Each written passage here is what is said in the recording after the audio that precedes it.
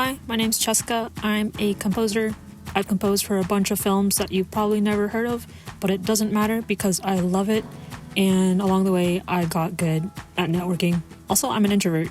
I'm going to share some tips that I think some of you might find helpful. Take what you think would work best for you and ignore the rest. Tip number 1, if you're an introvert, I think Instagram is great.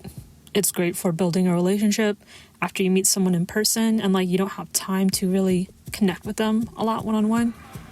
The music that I'm composing right now, it's actually for a documentary project from a filmmaker that I happen to sit next to at a film festival, and we bonded over basketball actually, and she said, hey, send me your Instagram. And so voila, this has happened to me in the past as well.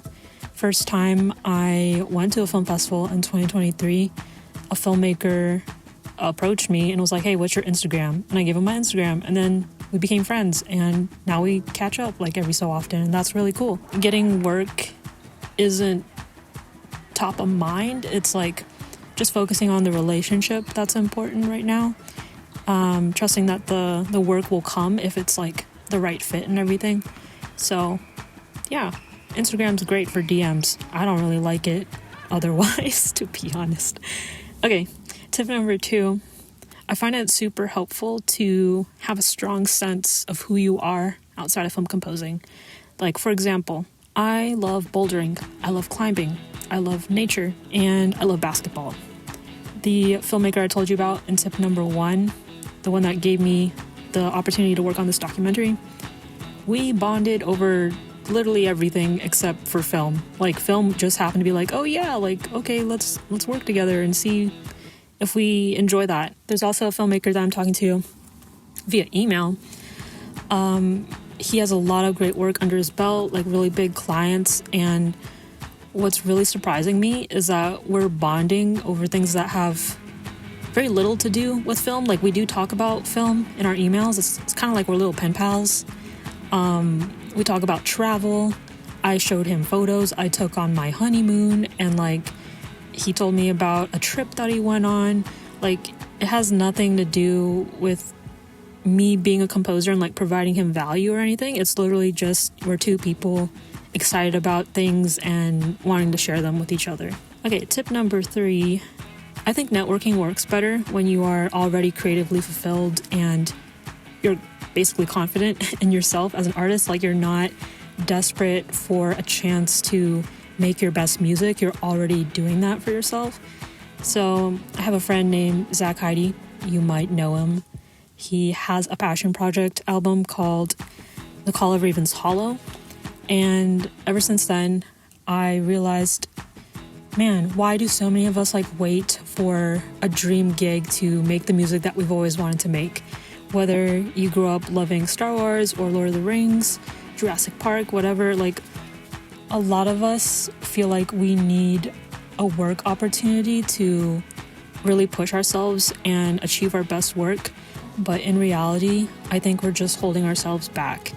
And it also makes interacting with filmmakers a lot more difficult when you're so focused on getting the opportunity. You miss the chance to bring something of value to the table that's not just, hey, I can make music super fast and my mock-ups sound realistic. If you're excited about something and you become known for a certain style of music or your personal voice or whatever it is, maybe you hone that through a personal album or music project, and you just share that and talk about it with people that you are connected to, whether they're a filmmaker or producer or whatever it is. And that, I'm finding, seems to do a lot better than hounding people for work and chasing gigs, basically. So yeah, if you can get excited about your own music, everything else is easier, I swear. Tip number 4, be curious about filmmakers and their work, and don't just see it as getting a gig. So I kind of mentioned this already. You can't just focus on yourself. I mean, filmmakers have a really tough job.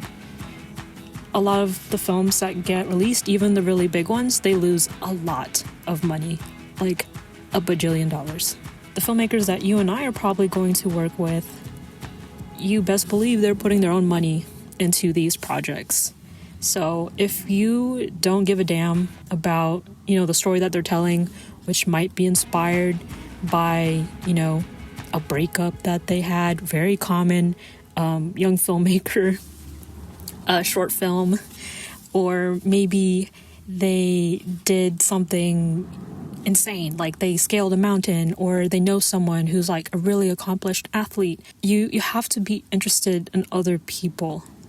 And I understand that like it can be kind of difficult to be genuinely interested in someone and like to navigate the feelings of, am I just pretending to be interested so that I get work, or am I actually interested in this person? I understand. It is kind of a mental gymnastics. I wanted to say something else, but I was like, no, I don't want to say that today. Last tip number 5, measure success based on the quality of your relationships. I believe that work is going to be a byproduct of investing in people over time. And I say this because previously I was chasing gig after gig, and yes, I was able to work on a ton of films in a very short amount of time.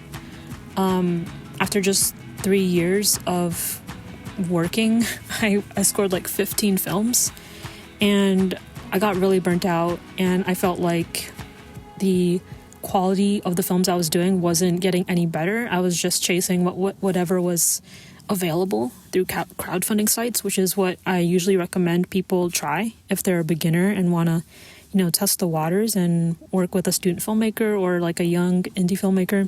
But now that I have a lot of experience and I want to work on better quality films, the types of filmmakers I'm now trying to build relationships are a lot more established and have it's more challenging to build trust with them because they're no longer, a beginner filmmaker. They're someone who has the luxury of choosing who to work with. And so what I believe will make us stand apart when we build relationships with them is how much we care and the quality of our relationship. So whether you bond with a filmmaker over basketball like I did, and maybe they invite you to a basketball game, like maybe you should go at least once and have fun and like be open to where the relationship is going to go. I'm really talking to myself here. I don't think counting the number of gigs that you do per year is a really good indicator of whether your career is going the direction that you want it to. Because like I said, in my first 3 years, I was scoring a lot of films, but it didn't feel like it was taking me in the direction that I wanted to go in. It was just great for getting experience and everything. It did also help me, improve as a composer, which is fantastic. But I did want to strive to work on better films and basically take a creative risk and see if I could work. What the heck was that? Sorry. I wanted to take a creative risk and see if I could work with a filmmaker who is doing really big work, I have a video about how to do this. I put on a workshop like in March. You can watch it if you want. But if you're not really into learning on your own and you'd rather have someone help you do this, walk you through all the steps, and you want to work with someone that is currently building their career and has been there, you want to build relationships with filmmakers instead of chasing gigs, reach out to me at cheskamakesmusic@gmail.com. Okay, bye. Bloop.